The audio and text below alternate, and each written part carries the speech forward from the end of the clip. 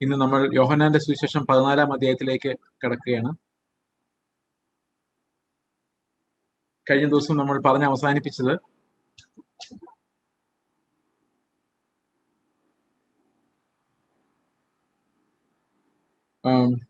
പത്രോസ് കർത്താവിനോട് ഒരു വലിയ വാഗ്ദത്തം ചെയ്യുന്നതാണ് നമ്മൾ കണ്ടത്. നമുക്ക് പലപ്പോഴും വാഗ്ദത്തങ്ങൾ ദൈവത്തോട്, ഞാനിത് ചെയ്യാം, ഞാൻ അങ്ങനെ ആകാം, ഞാൻ നിനക്ക് വേണ്ടി ജീവിക്കാം എന്നൊക്കെയുള്ള വാഗ്ദത്തങ്ങൾ നമ്മൾ കൊടുക്കാറുണ്ട്. ഇനി ഞാൻ പാപം ചെയ്യില്ല, ഞാൻ മര്യാദയ്ക്ക് ജീവിച്ചോളാം. പക്ഷെ അപ്പോഴെല്ലാം നമ്മൾ പലപ്പോഴും മറന്നു പോകുന്ന ഒരു കാര്യം, നമുക്കതിനുള്ള ശക്തി ഉണ്ടോ എന്നുള്ളതാണ്. ഒരു തീരുമാനവും ഒരു പ്രോമിസും ദൈവത്തോട് കൊടുത്താൽ അത് നിറവേറ്റാൻ ശക്തിയുള്ളവരല്ല നമ്മൾ. കാരണം ദൈവം മാനുഷികമായ ബലഹീനമായ ആ ഒരു തലത്തിൽ അല്ല അവന്റെ രക്ഷയെയും അവന്റെ നീതിയെയും വിശുദ്ധിയെയും ഒക്കെ വെളിപ്പെടുത്തിയിരിക്കുന്നത്. അതുകൊണ്ട് തന്നെ നമ്മൾ ദൈവത്തോട് ഇത് ചെയ്യാം അത് ചെയ്യാമെന്ന് പ്രോമിസ് ചെയ്യുമ്പം കർത്താവ് ഉദ്ദേശിക്കുന്ന ആ ഒരു കമ്മിറ്റ്മെന്റിൽ അത് അസാധ്യമാണ് മനുഷ്യനെ സംബന്ധിച്ച്. കാരണം നമ്മളെല്ലാം ബേസിക്കലി ബലഹീനരാണ്. അപ്പൊ നമ്മൾ പെട്ടെന്ന് നമ്മുടെ ഉള്ളത്തോട് പറയുന്ന ഒരു കാര്യം, നമുക്ക് പറ്റുന്നത് നമുക്ക് ചെയ്യാം ബ്രദറെ, ബാക്കി ദൈവം ചെയ്തോളും. ഇങ്ങനെയാണ് നമ്മൾ ചിന്തിക്കുന്നത്. പക്ഷെ കർത്താവ് പ്രിഫർ ചെയ്യുന്നത് അങ്ങനെയല്ല. നമുക്ക് പറ്റുന്ന നമ്മൾ ചെയ്യുന്നതല്ല ദൈവത്തിന് ആഗ്രഹം. നമുക്ക് പറ്റാത്തത് നമ്മളിൽ നിറവേറുന്നതാണ്. നമുക്ക് പറ്റുന്നത് നമ്മൾ ചെയ്യുന്നതല്ല ക്രിസ്ത്യൻ ലൈഫ്. നമുക്ക് പറ്റാത്തത് ദൈവം നമ്മിലൂടെ ചെയ്യുന്നതാണ്.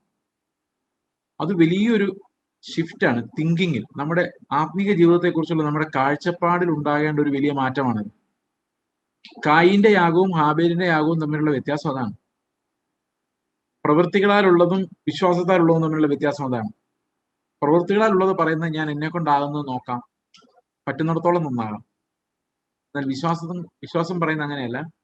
കർത്താവെ, നീ എന്നെ നന്നാക്കുന്നിടത്തോളമേ ഞാൻ ആവുകയുള്ളൂ.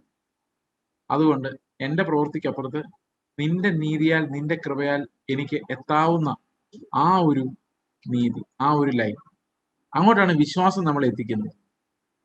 ഇത് രണ്ടും രണ്ട് കാഴ്ചപ്പാടാണ്. നമ്മൾ പലപ്പോഴും നിരാശയിലായി പോകുന്നതിൻ്റെ ഒരു പ്രധാനപ്പെട്ട കാരണം നമ്മൾ ഈ മനുഷ്യ പ്രയത്നങ്ങളിൽ കുരുങ്ങിപ്പോകുന്നത് കൊണ്ടാണ്. സ്വാതന്ത്ര്യത്തിനായിട്ട് ക്രിസ്തു നമ്മെ സ്വതന്ത്രരാക്കി ഇനി നിങ്ങളുടെ അടിമനുഖത്തിൽ കുരുങ്ങിപ്പോകുന്നത് എന്ത്? അപ്പോൾ ന്യായപ്രമാണത്തെ കുറിച്ചല്ലേ അത് പറയുന്നത് നമുക്ക് ചിന്തിക്കാം. പക്ഷെ നമ്മൾ മനസ്സിലാക്കേണ്ട ഒരു കാര്യം, ന്യായപ്രമാണം, മനസാക്ഷി, ഇത് രണ്ടിനെയും ഒരേ തലത്തിലാണ് പുതിയ നിയമത്തിൽ വെച്ചിരിക്കുന്നത്. ന്യായപ്രമാണവും മനസാക്ഷി. പ്രമാണമില്ലാത്തവർക്ക് ഒരു മനസാക്ഷിയുണ്ട്. അപ്പൊ മനസാക്ഷി അനുസരിച്ചായാലും പ്രമാണം അനുസരിച്ചായാലും നമുക്കൊരിക്കലും അതനുസരിച്ച് പൂർത്തീകരിച്ച് ദൈവത്തെ പ്രസാദിപ്പിക്കാൻ സാധിക്കില്ല.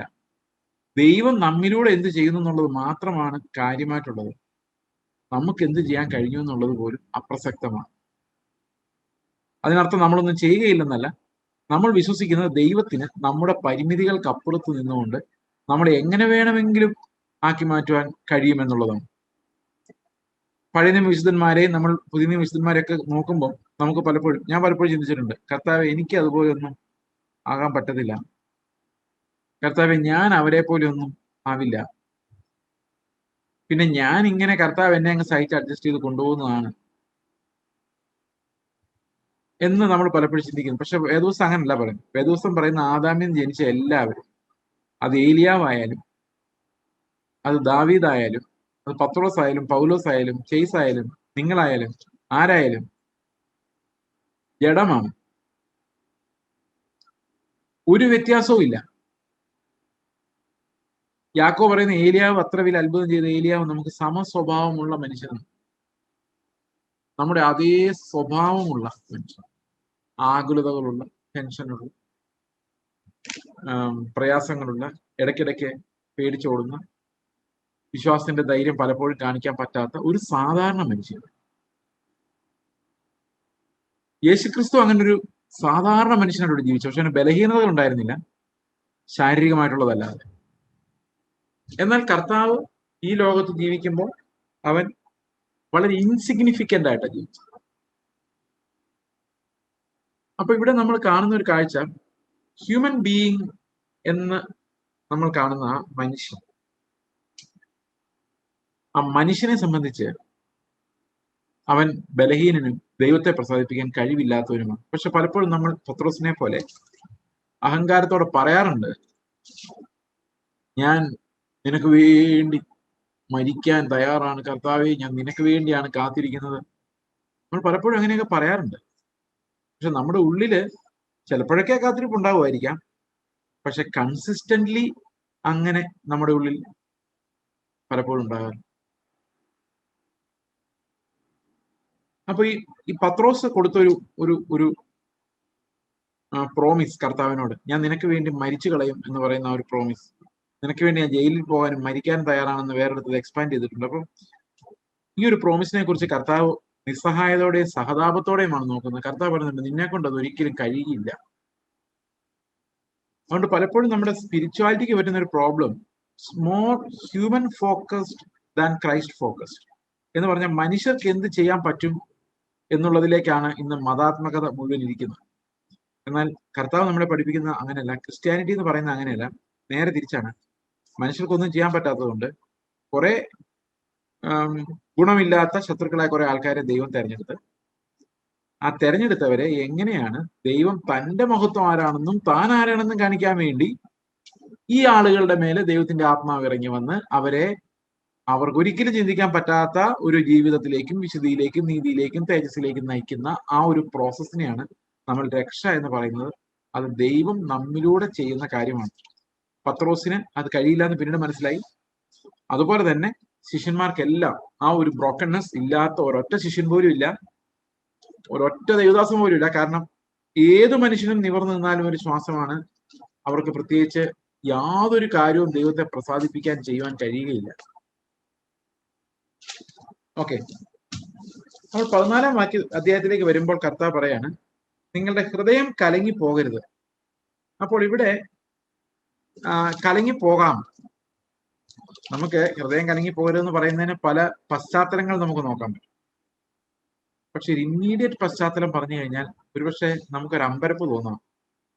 അയ്യോ, ഇങ്ങനെയായിരുന്നോ എന്ന് തോന്നും. അങ്ങനെ ആയിരിക്കും. കാരണം അതിന് മുകളിൽ പറഞ്ഞിരിക്കുന്ന ഇതാണ്. പത്രോസിനോട് പറയാണ്, അതിന് യേശു, നിന്റെ ജീവനെ എനിക്ക് വേണ്ടി വെച്ച് കളയുമോ? ആമേൻ ആമേൻ, ഞാൻ നിന്നോട് പറയുന്നു, നീ 3 പ്രാവശ്യം എന്നെ തള്ളി പറയുവോളം കോഴി കൂവുകയില്ല എന്ന് ഉത്തരം പറഞ്ഞു. അടുത്ത വാക്യമാണ്, നിങ്ങളുടെ ഹൃദയം കലങ്ങി പോകരുത്, ദൈവത്തിൽ വിശ്വസിക്കുക. പത്രോസിനോട് സംസാരിച്ചതിന് ശേഷം കർത്താവ് പറയുന്നൊരു കാര്യമായിരുന്നു. പത്രോസ് ദൈവത്തിലല്ല വിശ്വസിച്ചത്, അവന്റെ എബിലിറ്റിയിലാണ് വിശ്വസിച്ചത്. അവന്റെ ഫ്ലഷിനെ നോക്കി എനിക്ക് പറ്റും കർത്താവിന് വേണ്ടി മരിക്കാൻ എന്ന് തീരുമാനിക്കുമായിരുന്നു. അപ്പൊ കർത്താവിനോട് പറഞ്ഞു, നിന്നെ കൊണ്ടത് കഴിയില്ല, പക്ഷെ നീ ദൈവത്തിൽ വിശ്വസിക്കുക, കലങ്ങി പോകരുത്. കഴിയുകയില്ല എന്ന് വിചാരിച്ച് നിങ്ങൾ കലങ്ങരുത്. മനുഷ്യർക്ക് ഇത് കഴിയില്ല എന്ന് വിചാരിച്ച് നിങ്ങൾ ഒരിക്കലും കലങ്ങി പോകരുത്. കാരണം ദൈവത്തിന് അത് കഴിയുമെന്നുള്ളത് കൊണ്ടാണ് നിങ്ങളെ അവൻ തെരഞ്ഞെടുത്തിരിക്കുന്നത്. അപ്പോൾ കർത്താവ് പറയാണ്, നിങ്ങൾക്ക് കഴിയില്ല, തള്ളിപ്പറയും, നിങ്ങൾക്ക് അതിനുള്ള എബിലിറ്റി ഇല്ല എന്ന് നിങ്ങൾ പറയുമ്പോൾ നിങ്ങൾ ഹൃദയത്തിൽ കലങ്ങരുത്. നിങ്ങൾ എന്ത് ചെയ്താൽ മതി? ദൈവത്തിൽ വിശ്വസിച്ചാൽ മതി. ഈ വാക്കുകൾ നിങ്ങളുടെ അടുത്ത് വന്ന് പറയുന്ന എന്നെയും നിങ്ങൾ വിശ്വസിച്ചാൽ മതി. അതാണ് കർത്താവ് ഇവിടെ പറയുന്നത്. ദൈവത്തിൽ വിശ്വസിപ്പിൻ, എന്നിലും വിശ്വസിപ്പിൻ, നിങ്ങളുടെ ഹൃദയം ഒരിക്കലും കലങ്ങി പോകരുത്. ഈ കലങ്ങി പോവുക എന്നുള്ളത് ഇവിടെ എഴുതിയിരിക്കുന്ന ട്രബിളിലാകരുത് എന്നുള്ളതാണ്. ട്രബിളിലാകരുത്, ഹൃദയം ട്രബിളിലാകരുത്. നമുക്ക് ഏറ്റവും കൂടുതൽ വെല്ലുവിളികൾ ഉണ്ടാകുന്നത് ബാഹ്യമായിട്ടല്ല, ആന്തരികമായിട്ടാണ്. പുറമെ വരുന്നൊരു തലവേദനയോ പനിയോ രോഗമോ പട്ടിണിയോ നിന്ദയോ ഉപദ്രവമോ ഒന്നുമല്ല നമുക്ക് ഏറ്റവും വലിയ പ്രതിസന്ധിയായിട്ട് വരുന്ന നമ്മുടെ അകത്ത് ട്രബിൾ ഉണ്ടാകുന്നതാണ്. അതായത് കലങ്ങിപ്പോകുന്നതാണ്.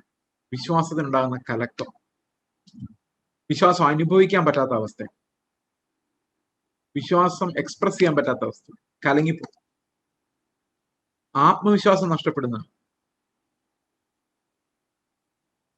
ഇവിടെ പറയാണ്, ഹൃദയം കലങ്ങി പോകരുത്. ഫിസിക്കലി പല പ്രോബ്ലംസ് ഉണ്ടാകാം, പക്ഷെ ഹൃദയത്തിൽ നിങ്ങൾ വിശ്വാസികളായി ഉറച്ചു നിൽക്കേണ്ടത് ആവശ്യമാണ്. നമ്മൾ വിചാരിക്കുന്ന പോലെ ഒന്നും നടന്നു എന്ന് വരില്ല. നമ്മൾ തീരുമാനമെടുക്കുന്ന പോലെ നടത്താൻ നമുക്ക് കഴിവില്ല. നമ്മുടെ ചുറ്റുമുള്ള സാഹചര്യങ്ങളെ അനുകൂലമാക്കാനോ പ്രതികൂലമാക്കാനോ നമുക്ക് കഴിയില്ല. അതുകൊണ്ട് കർത്താവ് പറയാണ്, നിങ്ങൾ ദൈവത്തിൽ വിശ്വസിച്ചാൽ മാത്രം മതി. അവൻ നിങ്ങൾക്കൊന്നും ദോഷമായി വരുത്തുന്ന ദൈവമല്ല. അവൻ നിങ്ങളുടെ പിതാവാണ്. അവനെ വിശ്വസിക്കുക. പിന്നെ അതിന്റെ കൂടെ എന്നിലും വിശ്വസിപ്പിൻ എന്ന് പറയുന്നുണ്ട്. ഇപ്പൊ ദൈവത്തിൽ വിശ്വസിപ്പിൻ എന്ന് പറഞ്ഞാൽ പോരെ, അതിന്റെ കൂടെ കർത്താവ് എന്നെയും കൂടെ വിശ്വസിച്ചോളാൻ പറയുമ്പോൾ സെപ്പറേറ്റ് ആയിട്ടാണ് പറയുന്നത്. ഇവിടെ സെപ്പറേറ്റ് ആയിട്ട് തന്നെ പറയുന്നത്. കാരണം എന്താണെന്ന് വെച്ച് കഴിഞ്ഞാല് ദൈവത്തിന്റെ വാഗ്ദത്തങ്ങളുണ്ട്, അത് ഒരു സൈഡ്. എന്നാൽ ആ വാഗ്ദത്തം നിറവേറാൻ നമുക്ക് ക്രിസ്തു മധ്യസ്ഥനായുണ്ട്. അതാണ് ഈ രണ്ട് വിശ്വാസം എന്നോട് പറഞ്ഞിരിക്കുന്നത്. We believe in a god who would save and also in Christ who will pray for me, will intercede for me, will stand for me. എനിക്ക് പകരം നിൽക്കുന്ന യേശു ക്രിസ്തുവിലും എനിക്ക് വിശ്വാസമുണ്ട്. അതായത് ദൈവത്തിന്റെ കരുണയിലും ക്രിസ്തു എനിക്ക് പകരം നിൽക്കുന്ന മധ്യസ്ഥതയിലും എനിക്ക് വിശ്വാസമുണ്ട്. ദൈവത്തിന്റെ കരുണ എന്ന് പറയുന്നത് ദൈവത്തിന്റെ നേച്ചറാണ്, പ്രകൃതമാണ്. ദൈവം ബൈ നേച്ചർ കരുണയുള്ളവനാണ്. ഓക്കെ, എന്നാൽ അവൻ അതേ സമയത്ത് നീതിമാനുമാണ്. ദൈവത്തിന്റെ കരുണയിൽ എനിക്ക് ഉറപ്പുണ്ട്. അവനെ അഭയം ചൊല്ലുന്ന ആരും, നമ്മൾ കഴിഞ്ഞ ഞായറാഴ്ച കണ്ട പോലെ, അവനെ അഭയം ചൊല്ലുന്ന ആരും നശിച്ചു പോവില്ല, അത് ഉറപ്പാണ്. അതോടൊപ്പം ക്രിസ്തുവിന്റെ പൗരോഹിത്യ ശുശ്രൂഷയിൽ, അതായത് വാഗ്ദത്തങ്ങൾ, കർത്താവ് നമുക്ക് തന്ന പ്രോമിസ് ഉണ്ട്. ആ പ്രോമിസ് ആണ് ഇതിന് പുറകെ വരുന്നത്. ആ പ്രോമിസസ്, ആ വാഗ്ദത്തങ്ങൾ, കർത്താവ് നമുക്ക് തരുന്ന വാഗ്ദത്തങ്ങൾ നമുക്ക് വിശ്വസിക്കണം. അതായത് Christ standing in the middle, നമുക്കും ദൈവത്തിനും ഇടയിൽ കർത്താവ് നിൽക്കുന്നത്, നമുക്ക് പകരം നിൽക്കുന്നത്. Believe in his work and also on the promises by God. അപ്പോൾ നിങ്ങൾ അങ്ങനെ വിശ്വസിച്ചാൽ നിങ്ങൾ കലങ്ങി പോവുകയില്ല. ഹൃദയം കലങ്ങി പോകാതിരിക്കാൻ വേണ്ടി ദൈവം നിങ്ങൾക്ക് തരുന്ന വാഗ്ദത്തത്തിലും ക്രിസ്തുവിന്റെ മധ്യസ്ഥതയിലും വിശ്വസിക്കുവാനാണ് ഈ വാക്യങ്ങൾ നമ്മളെ പഠിപ്പിക്കുന്നത്. അപ്പം ഗോഡ് ആൻഡ് ക്രൈസ്റ്റ് എന്ന് സെപ്പറേറ്റ് പറയാനുള്ള കാരണം, ഫ്രം ഗോഡ് ഹെഡ് നമുക്ക് കരുണ ഉണ്ടായേ പറ്റും. But Christ as A specific human being in my place, കർത്താവ് എനിക്ക് പകരം എന്റെ സ്ഥാനത്ത് നിൽക്കുന്ന ഒരു മനുഷ്യനായി, ഒരു പൂർണ്ണ മനുഷ്യനായി. അവൻ ആ സമയത്ത് തന്നെ പൂർണ്ണ ദൈവമാണ്. പക്ഷെ യേശുക്രിസ്തു കാൽവരി ക്രൂശിൽ മരിക്കുമ്പോൾ ഹീസ് മൈ സബ്സ്റ്റിറ്റ്യൂട്ട്. അവൻ എനിക്ക് പകരമാണ് മരിക്കുന്നത്. പൂർണ്ണ മനുഷ്യനാണ്. ആ മനുഷ്യത്വത്തിൽ അവൻ അവന്റെ നീതിയെ നിവർത്തിച്ചു. അതേസമയത്ത് ആ സമയത്ത് അവൻ ദൈവം അല്ലായിരുന്നു എന്നല്ല അതിനർത്ഥം. അവൻ ആ നീതിയെ മനുഷ്യത്വത്തിൽ നിർവഹിച്ചു, പൂർത്തിയാക്കി. കർത്താവ് പറഞ്ഞു, പിതാവിന്റെ കരുണയിൽ വിശ്വസിക്കുക, എന്റെ പ്രവൃത്തിയിൽ നിങ്ങൾ വിശ്വസിക്കുക, ഞാൻ നിങ്ങൾക്ക് പകരം വേണ്ടതെല്ലാം ഒരുക്കിയിട്ടുണ്ട്. അപ്പൊ ഈ ഫെയ്ത്തിന്, ദൈവത്തിലുള്ള ഫെയ്ത്തിന് തന്നെ രണ്ട് എലമെന്റ് ഉണ്ട്. ഒന്ന്, ദൈവം അനാദികാലത്ത് നമുക്ക് വാഗ്ദത്തം ചെയ്ത നിത്യമായ തേജസ്. മറ്റൊന്ന്, അതിനുവേണ്ടി സ്വന്തം പുത്രനെ അയച്ച് സ്വന്തം പുത്രൻ നമുക്ക് വേണ്ടി അധ്വാനിച്ച് നേടിയ സമ്പത്ത് എന്ന വിറ്റ്നസ്. ഇത് രണ്ടിനും നമുക്ക് അവകാശമുണ്ട്. അടുത്ത വാക്യം, എന്റെ പിതാവിന്റെ ഭവനത്തിൽ അനേകം വാസസ്ഥലങ്ങൾ ഉണ്ട്, ഇല്ലെങ്കിൽ ഞാൻ നിങ്ങളോട് പറയുമായിരുന്നു. അപ്പം ഇത് വിശദീകരിക്കാനുള്ള വാക്യങ്ങൾ എന്റെ തലയിലേക്ക് വരുന്നില്ല, എങ്കിൽ ഞാനൊന്ന് പരിശ്രമിച്ചു നോക്കാം. ഇവിടെ കർത്താവ് പറയുന്നത്, എന്റെ പിതാവിന്റെ ഭവനത്തിൽ അനേകം വാസസ്ഥലങ്ങൾ ഉണ്ട്, ഇല്ലെങ്കിൽ ഞാൻ നിങ്ങളോട് പറയുമായിരുന്നു. ഉണ്ടെങ്കിലല്ലേ പറയേണ്ടത്, ഇല്ലായെങ്കിൽ എങ്ങനെ പറയുന്നത്? ചുമ്മാ ഒന്ന് പറയണം, അവിടെ വാസസ്ഥലങ്ങളൊന്നും ഇല്ല കേട്ടോ എന്ന് പറയണം. കർത്താവ് എന്താ ഉദ്ദേശിച്ചത്? ഉദാഹരണത്തിന് നമ്മള് വാ അത്താഴം കഴിക്കാം എന്ന് പറയുന്ന, ഓക്കെ, ഉറങ്ങിക്കിടക്കുന്നതിനെ വിളിച്ചു എഴുന്നേപ്പിച്ചിട്ട് അത്താഴം ഇല്ല കേട്ടോ ഇന്ന് എന്ന് പറയുന്നത് മനസ്സിലാക്കാൻ പ്രയാസം. പക്ഷെ ഇവിടെ കർത്താവ് എന്താ പറഞ്ഞിരിക്കുന്നത്? ഇല്ലെങ്കിൽ പറയുമായിരുന്നു എന്ന് പറഞ്ഞ എന്താ അർത്ഥം? കർത്താവ് ഇങ്ങനെ പറയാണ്, നിന്റെ ഒരു കരണം തടിച്ചാൽ മറ്റേ കരണം കാണിച്ചു കൊടുക്കണം, നിന്റെ ജീവൻ നിനക്ക് നീ വിട്ട് കളയണം, കോതമ്പണി നിലത്ത് വീണ് ചാകുന്നില്ലെങ്കിൽ തന്നെ ഇരിക്കും, ഒക്കെ പറഞ്ഞല്ലോ. അപ്പൊ ഇങ്ങനെയൊക്കെ പറയുമ്പോൾ അണ്ടർസ്റ്റുഡ് ആണ് ഇതിനൊരു സ്വർഗീയ പ്രതിഫലം ഉണ്ടെന്നുള്ള കാര്യം. സ്വർഗീയ പ്രതിഫലം ഇല്ല എങ്കിൽ, സ്വർഗത്തിൽ നിങ്ങൾ പോകില്ലെങ്കിൽ, ആദ്യം തന്നെ കർത്താവ് പറയേണ്ടതായിരുന്നു എന്ത്? ഇല്ലെങ്കിൽ പറയേണ്ടതായിരുന്നു എന്ത്? പറയേണ്ടതായിരുന്നു, നിങ്ങൾ കർണത്തടിച്ചു കൊണ്ടാലും ആര് നിങ്ങളെ കൊന്നാലും ഒരു പ്രയോജനമില്ല, നിങ്ങൾക്ക് ഒരു വാഗ്ദത്വവും ഇല്ലെന്ന് ആദ്യം പറയണമായിരുന്നു. കർത്താവ് പറഞ്ഞു, അങ്ങനെ ഇല്ലായെങ്കിൽ ഞാൻ പറഞ്ഞേനെ, അതുള്ളത് കൊണ്ടാണ് ഞാൻ അത് പറയാഞ്ഞത്. അത് കൊള്ളാം, മനസ്സിലായി ഞാൻ പറഞ്ഞത്? I thought my words were inadequate. ഞാനത് പറയുന്നതിന് മുമ്പേ എനിക്കറിയാമായിരുന്നു എന്റെ വാക്കുകൾ കൊണ്ട് അത് എക്സ്പ്രസ് ചെയ്യാൻ പ്രയാസമായിരിക്കും. ഞാൻ ഒന്നും കൂടെ പറയാൻ ശ്രമിക്കാം. അതായത്, ഞാൻ നിങ്ങളോട് ഒരു വലിയ പണി നിങ്ങളെ ഏൽപ്പിക്കുവാന്ന് വെച്ചു. പണി നിങ്ങളെ ഏൽപ്പിക്കുക. അപ്പൊ പണി എന്ന് പറഞ്ഞാൽ ജീവൻ കളയുന്ന ഒരു പണിയാണ്, ഭയങ്കര കഠിനമായ ഒരു പണിയാണ്. അപ്പൊ അതിനകത്ത് അണ്ടർസ്റ്റുഡ് ആണ് എന്തെങ്കിലും ഒരു പ്രതിഫലം അതിന്റെ പുറകിൽ ഉണ്ടാവും എന്നുള്ളത്, പ്രത്യേകിച്ച് പറയേണ്ട കാര്യമില്ല. പക്ഷേ പ്രതിഫലം ഇല്ലെങ്കിലോ, ഈ കഠിനാധ്വാനം ചെയ്യുന്നതിന് മുമ്പ് നമ്മളൊന്ന് പറയണമായിരുന്നു. പ്രത്യേകിച്ച് പൈസ ഒന്നും തരില്ല കേട്ടോ. നിങ്ങൾക്കറിയാമോ, ഈ മിഷൻ ഗ്ലോബൽ വിഷൻ സ്കൂൾ അതിനകത്ത് പങ്കെടുത്തപ്പോൾ അവർ പറഞ്ഞൊരു പോളിസി ഉണ്ട്. ഒരു പൈസ പോലും ഞങ്ങൾ തരികയില്ല, ഞങ്ങളും വാങ്ങിക്കില്ല. പോളിസി നേരത്തെ പറഞ്ഞു. അല്ലെങ്കിൽ നമ്മൾ അവിടെ പോകുന്ന വഴിക്ക് ഇവർ തന്നില്ലല്ലോ, എപ്പോ പൈസ വരും എന്നൊക്കെ ചിലപ്പോൾ ചിലർ ആലോചിച്ചേക്കാം, വണ്ടിക്കൂലി ഒക്കെ ചോദിച്ചേക്കാം. അപ്പൊ നേരത്തെ പറഞ്ഞു. അപ്പൊ വലിയ വലിയ കാര്യങ്ങൾ നമ്മളോട് പറയുമ്പോൾ ഇതിനകത്ത് ഇന്ന കാര്യങ്ങൾ ഇല്ല എങ്കിൽ അത് നേരത്തെ പറയണം. അപ്പൊ കർത്താവ് പറയാണ്, ഇത്രയും ഭയങ്കര കാര്യങ്ങൾ നിങ്ങളോട് അനുസരിക്കാൻ പറഞ്ഞിട്ട് ഇതിനൊരു പ്രതിഫലം സ്വർഗത്തിൽ ഇല്ലെങ്കിൽ, സ്വർഗത്തിൽ നിങ്ങൾക്ക് ഒരു ഭവനം ഇല്ലെങ്കിൽ ഇതൊന്നും പറയാൻ പറ്റില്ല. ഈ നീതി നിങ്ങളുടെ മുമ്പിൽ പറയാനേ പറ്റില്ല. അപ്പൊ ഞാൻ ഇല്ല എന്ന് പറയാത്തതുകൊണ്ട് തന്നെ അത് അണ്ടർസ്റ്റുഡ് ആണ്, അവിടെ ഉണ്ട്. അതുകൊണ്ടാണ് ഞാൻ നിങ്ങളോട് ഇങ്ങനെ അനുസരിക്കാൻ പറഞ്ഞത്. ഇതിനപ്പുറത്തൊരു തേജസ് ഉണ്ട് എന്നുള്ളത് കൊണ്ടാണ് ഞാൻ പറയാഞ്ഞത്. ഇല്ല എങ്കിൽ തീർച്ചയായിട്ടും ഇത്രയും വലിയ കൽപ്പനകൾ കൊടുക്കുമ്പോൾ അതിന്റെ കൂടെ ഇതിന് പ്രത്യേകിച്ച് പ്രതിഫലമൊന്നും ഇല്ല കേട്ടോ എന്ന് പറയേണ്ടതായിരുന്നു. Okay, I thought understood that logic. Okay, ഞാൻ നിങ്ങൾക്ക് സ്ഥലം ഒരുക്കുവാൻ പോകുന്നു. അപ്പോൾ ആളുകൾ, ഞാൻ ചെറുപ്പത്തിലൊക്കെ വിചാരിച്ചിരുന്ന ഒരു കാര്യമാണ്, കർത്താവ് 2000 വർഷമായിട്ട് സ്ഥലം ഒരുക്കി തീർന്നില്ല. നിങ്ങൾ എന്ത് പറയുന്നു? സ്ഥലം ഒരുക്കി കഴിഞ്ഞാൽ വരും. അപ്പൊ 2000 വർഷമായിട്ട് ഇഷ്ടികയൊക്കെ വെച്ച് പണിത്, പണ്ടൊരാൾ പറഞ്ഞെന്ന് വെച്ച് കഴിഞ്ഞാൽ ഈ കോൺട്രാക്ടർമാരും ബിൽഡേഴ്സ് എല്ലാം അങ്ങോട്ടല്ല, എല്ലാം നരകത്തിലേക്ക് ആയതുകൊണ്ട് ഈ പണി നടക്കുന്നില്ല എന്ന് പണ്ടൊരാൾ തമാശ പറഞ്ഞു. അതായത് തട്ടിപ്പും വെട്ടിപ്പും ആയതുകൊണ്ട്. ഞാൻ ജനറലി ഒരു തമാശ പറഞ്ഞല്ലോ കേട്ടോ, ഇതിനിടയിൽ കോൺട്രാക്ട് ചെയ്യുന്ന തട്ടിപ്പാരാന്നുള്ളതിലല്ല ഞാൻ പറഞ്ഞത്. പക്ഷെ അങ്ങനെ ഒരു തമാശ ഞാൻ പണ്ട് കേട്ടിരുന്നു. ഈ സ്വർഗം ഒരുക്കാൻ എത്ര താമസം വേണമായിരിക്കും ദൈവത്തിന്? ആകാശവും ഭൂമിയും എല്ലാം ഒരൊറ്റ നിമിഷം കൊണ്ട് സൃഷ്ടിച്ച ദൈവത്തിന് സ്വർഗത്തിൽ ചേസിനൊരു സീറ്റ് ഉണ്ടാക്കാൻ എത്ര നേരം വേണമായിരിക്കും? നേരം തന്നെ വേണ്ട, ടൈം തന്നെ വേണ്ടായിരിക്കും. കാരണം ദൈവത്തിനൊരു ഒരു സ്ഥലം ഒരുക്കുക എന്ന് പറയുന്നത് സിമ്പിൾ, ഒരു സെക്കൻഡിൽ ഒരു വാക്ക്, സെക്കൻഡ് എന്ന് പറയുന്ന വാക്ക് പോലും തെറ്റാ. കാരണം ദൈവത്തിന് ടൈമിന്റെ തന്നെ ആവശ്യമില്ല. ഉണ്ടാക്കാൻ ടൈമിന്റെ തന്നെ ആവശ്യമില്ല. ടൈംലെസ്നെസ്സിനകത്ത്, അതായത് സമയമില്ലായ്മയ്ക്കകത്ത് എല്ലാം ഉണ്ടാക്കാൻ കഴിയുന്നവനാണ് ദൈവം. അപ്പൊ നിങ്ങൾക്ക് സ്ഥലം ഒരുക്കാൻ പോകുന്ന പറഞ്ഞ് ഇത്രയും വർഷം, 2000 വർഷം കർത്താവ് അവിടെ എന്ത് കഷ്ടപ്പെട്ട് കാണുമായിരിക്കും എന്ന് ആലോചിക്കുന്നു. ഇപ്പോഴും പണി തീർന്നിട്ടില്ലായിരിക്കും, അതുകൊണ്ട് അവർ. പക്ഷെ സത്യത്തിൽ അങ്ങനെ അല്ല അവിടെ പറയുന്നത്. അതെങ്ങനെ മനസ്സിലാകുന്നില്ല. സ്വർഗത്തിൽ പോകുന്ന കാര്യമേ അല്ല കർത്താവ് അവിടെ അവനെ കുറിച്ച് പറയുമ്പോൾ പറയാം. പിതാവിന്റെ ഭവനത്തിൽ വാസസ്ഥലങ്ങളുണ്ട്, പക്ഷെ ഒരുക്കാനായിട്ട് സ്വർഗത്തിൽ ഒരുക്കുന്ന കാര്യമല്ല കർത്താവ് പറയുന്നത്. പിന്നെ എവിടെ ഒരുക്കുന്ന കാര്യം എന്നറിയാം? ആ താഴോട്ട് വായിക്കുമ്പോഴാണ് മനസ്സിലാകുന്നത്. കർത്താവ് ക്രൂശിൽ മരിക്കാൻ പോകുന്നതിന് മുമ്പ് ഇത് പറഞ്ഞു, ഞാൻ നിങ്ങൾക്ക് സ്ഥലം ഒരുക്കാൻ പോകുന്നു. എവിടെ വെച്ചാ നമുക്ക് സ്ഥലം ഒരുക്കുന്നത്? നമുക്ക് ക്വാളിഫിക്കേഷൻ കർത്താവ് നേരിട്ട് സ്വർഗത്തിൽ പോയി വൈറ്റ് വാഷ് ചെയ്തിട്ടല്ല, കാൽവരി ക്രൂശിൽ നമുക്ക് പകരം യാഗമായി മാറിയിട്ടാണ്. അപ്പൊ നമുക്ക് സ്ഥലം ഒരുക്കിയത് എങ്ങനെയാണ്? നമുക്ക് സ്ഥലം ഒരുക്കിയത് ക്രൂശിലേക്കാണ്. ക്രൂശിൽ വെച്ചാ ഉണ്ടായി ഒരുക്കിയത്. അപ്പൊ കർത്താവ് ഇത് കഴിഞ്ഞ് ക്രൂശിലേക്ക് പോകുന്ന കാര്യമായി പറയുന്നത്. ക്രൂശിലൂടെയാണ് പിതാവിന്റെ അടുത്തേക്ക് പോകുന്നത്. അപ്പൊ കർത്താവ് നമുക്ക് വേണ്ടി സ്ഥലം ഒരുക്കാൻ പോവുക.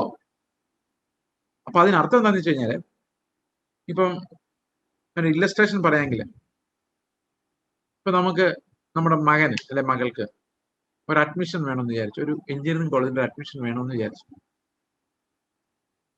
ഓക്കെ, ബാംഗ്ലൂർ പോയേക്കാമെന്ന് തീരുമാനിച്ചെന്ന് വിചാരിച്ചു. ബാംഗ്ലൂർ ഇഷ്ടംപോലെ എഞ്ചിനീയറിംഗ് കോളേജുകളൊക്കെ ഉണ്ട്.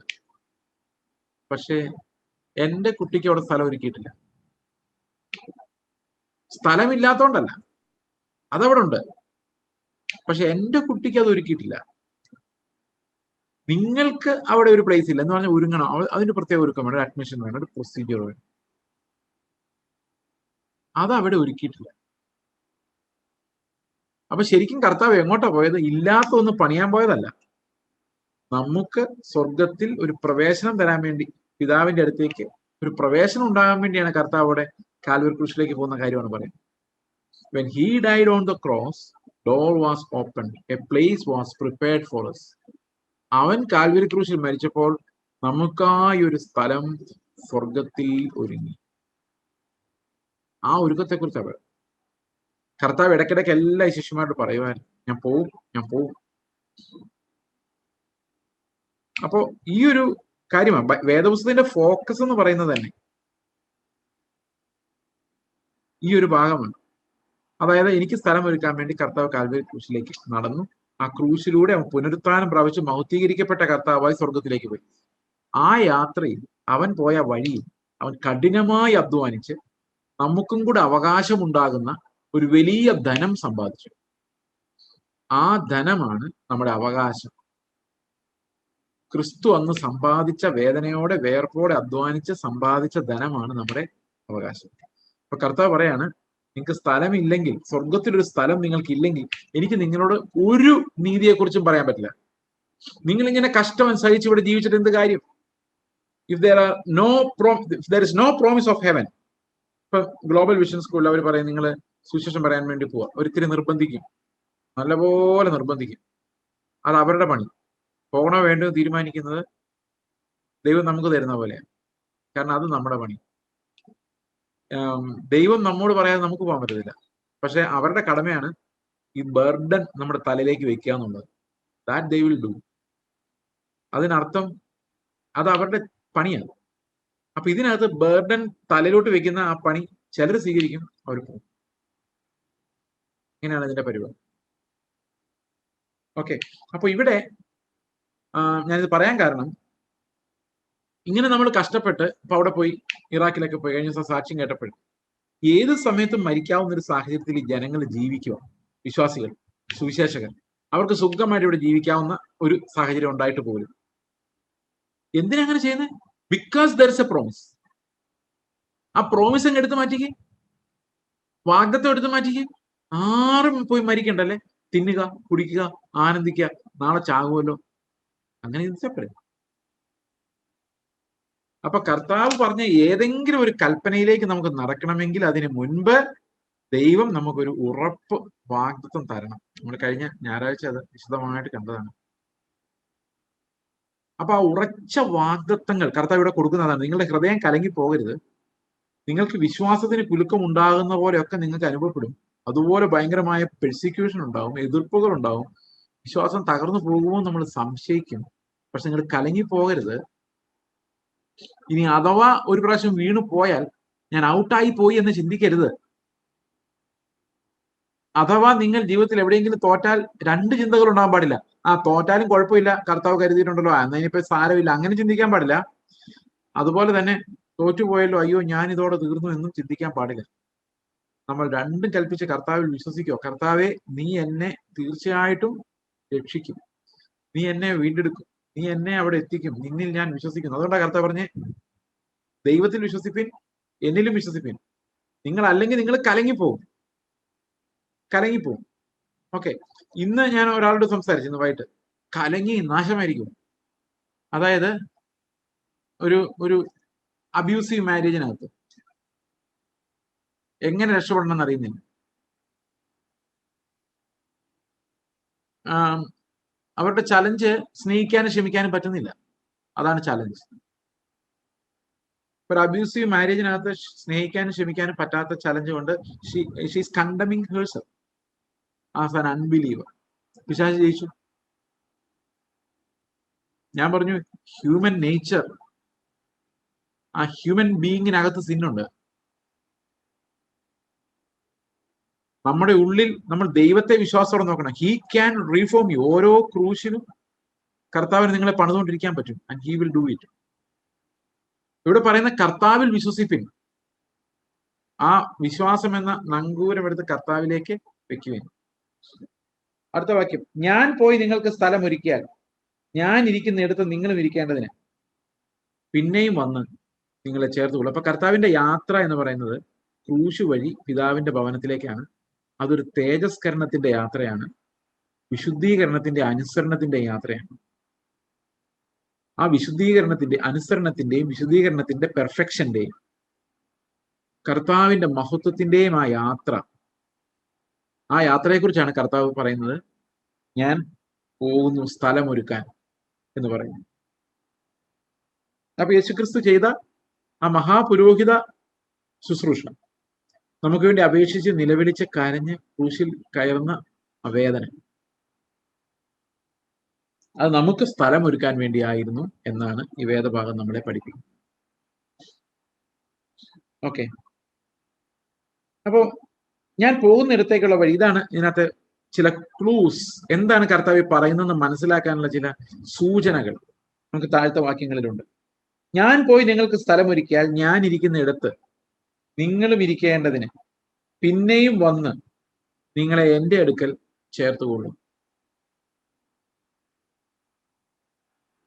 അടുത്ത വാക്യം, ഞാൻ പോകുന്ന ഇടത്തേക്കുള്ള വഴി നിങ്ങൾ അറിയുന്നു. അപ്പൊ ഞാൻ നിങ്ങളുടെ ആദ്യമേ ഇത്തിരി മുമ്പ് പറഞ്ഞൊരു കാര്യമാണ്, ഈ വഴി എന്ന് പറയുന്നത് നീതീകരണത്തിന്റെയും വിശദീകരണത്തിന്റെയും തേജസ്കരണത്തിന്റെയും ജീവന്റെയും ഇടുക്ക് വഴിയാണ്. ഓക്കെ, അപ്പൊ കർത്താവ് പറയാണ്, ഞാൻ എങ്ങോട്ടാ പോകുന്നു എന്നുള്ളത് നിങ്ങൾ അറിയുന്നു. ഉടനെ തോമസ് പറയാണ് മറുപടി, കർത്താവ് നീ എവിടെ പോകുന്നു എന്ന് ഞങ്ങൾ അറിയുന്നില്ല, പിന്നെ വഴി എങ്ങനെ അറിയുമെന്ന് ചോദിച്ചു. അപ്പൊ കർത്താവ് പറയുന്നത് നിങ്ങൾക്ക് അറിയാം, തോമസ് പറയുന്നത് അറിയാൻ മേല. ഏതാ സത്യം? അവർക്ക് ശരിക്കും അറിയാമോ? കർത്താവ് പറഞ്ഞ അവർക്ക് അറിയാമോ? കർത്താവ് പറഞ്ഞ അവർക്ക് അറിയാമെന്നു, എന്നാൽ തോമസ് പറയുന്നത് ഞങ്ങൾക്ക് അറിയാൻ മേല. അപ്പൊ ശരിക്കും കർത്താവ് അവരോട് പറഞ്ഞിട്ടുണ്ട്, പക്ഷെ ഇപ്പൊ അവർക്ക് അത് ഓർമ്മ വരുന്നില്ല. അതാണ് ഇവിടുത്തെ പ്രശ്നം. ഓക്കെ, അപ്പൊ യേശു പറയാണ്, ആമേൻ ആമേൻ, യേശു അവനോട്, ഞാൻ തന്നെ വഴിയും സത്യവും ജീവനുമാകുന്നു, ഞാൻ മുഖാന്തരമല്ലാതെ ആരും പിതാവിന്റെ അടുക്കൽ എത്തുന്നില്ല. ഇവിടെ ആ വഴി എന്ന് പറയുന്നത് എന്താണ്? നമ്മൾ ഇത്തിരി പറഞ്ഞു വഴി എന്ന് പറയുന്നത് എന്താണ്? യേശുക്രിസ്തു നടന്ന വഴി. ആ വഴിയല്ലാതെ ഒരു മനുഷ്യനും പിതാവിന്റെ അടുക്കൽ എത്തുന്നില്ല. യേശുക്രിസ്തു എന്ന വഴിയിലൂടെ അല്ലാതെ, അവൻ നടന്ന ആ ഇടുക്കു വഴിയിലൂടെ, ജീവന്റെ വഴി, ആ വഴിയിലൂടെ അല്ലാതെ ഒരാൾ പോലും സ്വർഗത്തിൽ എത്തുന്നില്ല. മനസാക്ഷി നല്ലവരായവരോ സുവിശേഷം ഒരിക്കലും കേട്ടിട്ടില്ല എന്ന് പറഞ്ഞു, അങ്ങനെ ഒന്നും ഒരു വഴിയും കർത്താവ് ആർക്കും തുറന്നിട്ടില്ല ക്രിസ്തുവിലൂടെ അല്ലാതെ.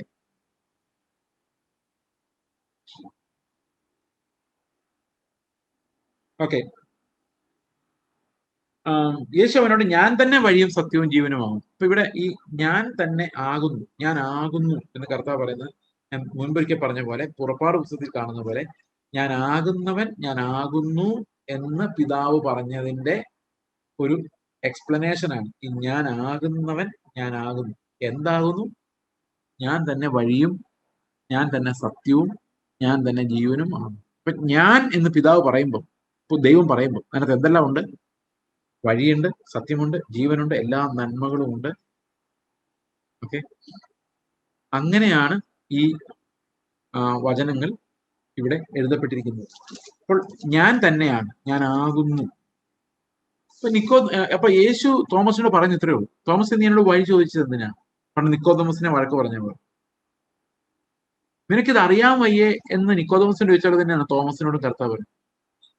കാരണം നമ്മളെല്ലാം വിചാരിച്ചിരിക്കുന്നത്, ഇത്രയും കേൾക്കുമ്പോൾ നമ്മൾ വിചാരിച്ചിരിക്കുന്നത്, ഞാനൊരു സ്ഥലത്തേക്ക് പോകുന്നു എന്നൊക്കെ പറയുമ്പോൾ നമ്മൾ പെട്ടെന്ന് വിചാരിക്കുന്നതാ, അങ്ങോട്ടുള്ള വഴി പറഞ്ഞാലെങ്കിൽ ഞങ്ങൾക്കും വരാം.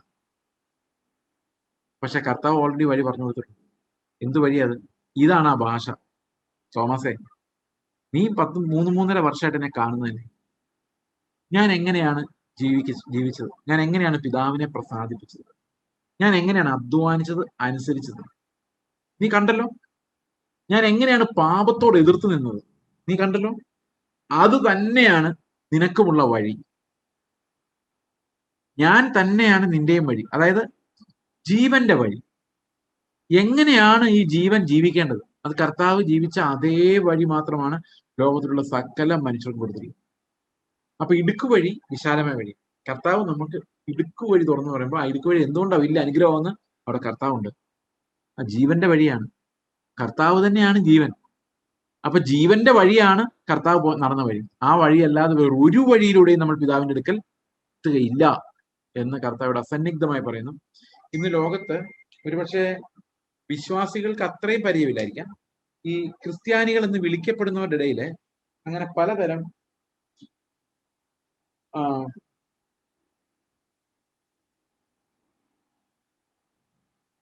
അങ്ങനെ പലതരം ചിന്തകളുണ്ട് യേശുക്രിസ്തുവിനെ കുറിച്ച്. ഈ വലിയ പണ്ഡിതന്മാരായ ആൾക്കാരോട് ചോദിച്ചു കഴിഞ്ഞാൽ ഒരു യേശുക്രിസ്തു ക്രൈസ്റ്റ് എലോൺ ഫോർ സാൽവേഷൻ എന്ന് പറയും. അവർ പറയുന്നത്, ഞാനൊരു വലിയ പണ്ഡിതനോട് സംസാരിച്ചപ്പോൾ പറഞ്ഞു, Christ alone for salvation. Yes yes. അപ്പൊ ഞാൻ അയാൾ അത്രയെങ്കിലും പറഞ്ഞു. പുള്ളി ഉടനെ പറയാ, ഫോർ യു. അപ്പൊ ഞാൻ ചോദിച്ചു, ഫോർ ഹിന്ദുസ്, ഫോർ മുസ്ലിംസ്? അത് അവരെ സംബന്ധിച്ച് അവർക്ക് അവരുടെ വിശ്വാസം, നിന്നെ സംബന്ധിച്ച് ക്രിസ്തു മാത്രമേ ഉള്ളൂ. എന്താണ് ഈ പറഞ്ഞു വരുന്നത്? നിങ്ങൾ വിചാരിക്കും ഇങ്ങനെയൊക്കെ പാസ്റ്റർമാർ പറയുമെന്ന്. ഇങ്ങനെ പ്രസംഗിക്കുന്ന പാസ്റ്റർമാര് നമ്മുടെ ചർച്ചിന്റെ എന്ന് പറഞ്ഞാൽ ഇവിടെയുള്ള പ്രധാനപ്പെട്ട ചർച്ചകളുടെ പ്രസ്ബിറ്റർ സ്ഥാനത്തൊക്കെ ഇരിക്കും. എനിക്കറിയാവുന്ന ആൾക്കാർ. They don't even believe Christ alone. ക്രിസ്തു മാത്രമേ ഉള്ളൂ. ലോകത്തിൽ ഏത് മനുഷ്യനും രക്ഷപ്പെടാനെന്ന് വിശ്വസിക്കാത്തവർ ഒത്തിരി പേരുണ്ട്. ചില ആൾക്കാർ പറയുന്നത് യേശുക്രിസ്തു എല്ലാ മതങ്ങളിലും ഉണ്ട്. ഓക്കെ, ചിലർ പറയുന്നത് യേശുക്രിസ്തു എല്ലാ മതങ്ങളിലും ഉണ്ട്, ക്രിസ്തു എന്നുള്ള പേരില്ലെന്നേ ഉള്ളൂ, അവരെല്ലാം രക്ഷിക്കാനുള്ള ഒരു മാർഗമുണ്ട്, ആ മാർഗമാണ് ക്രിസ്തു. ഇങ്ങനെയൊക്കെ പഠിക്കേണ്ടി വരും. ഇങ്ങനെയുള്ള പുസ്തകങ്ങളൊക്കെ ഒത്തിരി എഴുതിയിട്ടുണ്ട്. ഓക്കെ, പക്ഷെ കർത്താവ് പറയുന്ന ഒരു വാക്ക് തീർത്ത് പറയുന്നു. അതുകൊണ്ട് നമ്മുടെ ഇടയിലും ചിലർ ഇങ്ങനെ വിചാരിക്കുന്നുണ്ടാവും, ഒരിക്കലും സുവിശേഷം കേട്ടില്ലാത്ത ആൾക്കാരുണ്ടല്ലോ, ഒരു മനസാക്ഷിയുടെ വിധി അനുസരിച്ച് കുറച്ചുപേരെങ്കിലും രക്ഷപ്പെടുമായിരിക്കും. എത്രയോ ആൾക്കാർ ഒരു ദിവസം മരിക്കുന്ന ലോകത്തിൽ. പക്ഷെ വളരെ വ്യക്തമായിട്ട് വേദോസം പറയുന്ന ഒരു കാര്യമുണ്ട്, യേശു ക്രിസ്തുവിന്റെ അല്ലാതെ മനസാക്ഷി എന്ന് പറഞ്ഞൊരു വഴി ദൈവം തുറന്നിട്ടില്ല. അങ്ങനെ ആരും സ്വർഗത്തിൽ പോകത്തില്ല. No one will inherit the kingdom without Christ. അവൻ നടന്ന വഴിയിലൂടെ അല്ലാതെ നടക്കില്ല. വഴിയും സത്യവും ജീവനും, ഈ മൂന്നും നമ്മൾ എക്സ്പ്ലെയിൻ ചെയ്തിട്ടുണ്ട് ഇതിനു മുൻപ് തന്നെ. ആടുകളുടെ വാതിലിനെ കുറിച്ച് പറഞ്ഞു, അതുപോലെ വഴിയെക്കുറിച്ച് പറഞ്ഞു, അതുപോലെ തന്നെ ജീവനെ കുറിച്ച് പറഞ്ഞാണ് നമ്മൾ തുടങ്ങിയത് 1-ാം അധ്യായത്തില്. സത്യം എന്ന വാക്ക് നമ്മൾ പല പ്രാവശ്യം പറഞ്ഞിട്ടുണ്ട്. സത്യം എന്ന് പറയുമ്പോൾ നമുക്കറിയാം, അത് ഒന്ന് എക്സ്പ്ലെയിൻ ചെയ്ത് കഴിഞ്ഞാൽ ഈ ശരിയും സത്യവും തമ്മിലുള്ള വ്യത്യാസം നമ്മൾ കഴിഞ്ഞ ദിവസം തന്നെ പറഞ്ഞതെന്ന് എനിക്ക് ഓർമ്മ. What's right and what's truth, രണ്ടാണ്. ശരിയായിട്ടുള്ള കാര്യങ്ങൾ ട്രൂത്ത് അല്ല. ട്രൂത്ത് എന്ന് പറയുന്നത് ശാശ്വതമായിട്ടുള്ള കാര്യങ്ങളാണ്. ശരി എന്ന് പറയുന്നത് ആപേക്ഷികമാണ്, റിലേറ്റീവ് ആണ്. ആപേക്ഷികമാണെന്ന് പറഞ്ഞാൽ ഞാൻ അതിനൊരു എക്സാമ്പിൾ ഇങ്ങനെ പറയാം. ഇപ്പോ നമ്മുടെ നാട്ടിലുള്ളൊരു സന്മാർഗ ഒരു സിസ്റ്റം, എക്സാമ്പിൾ എന്താ പറയാ,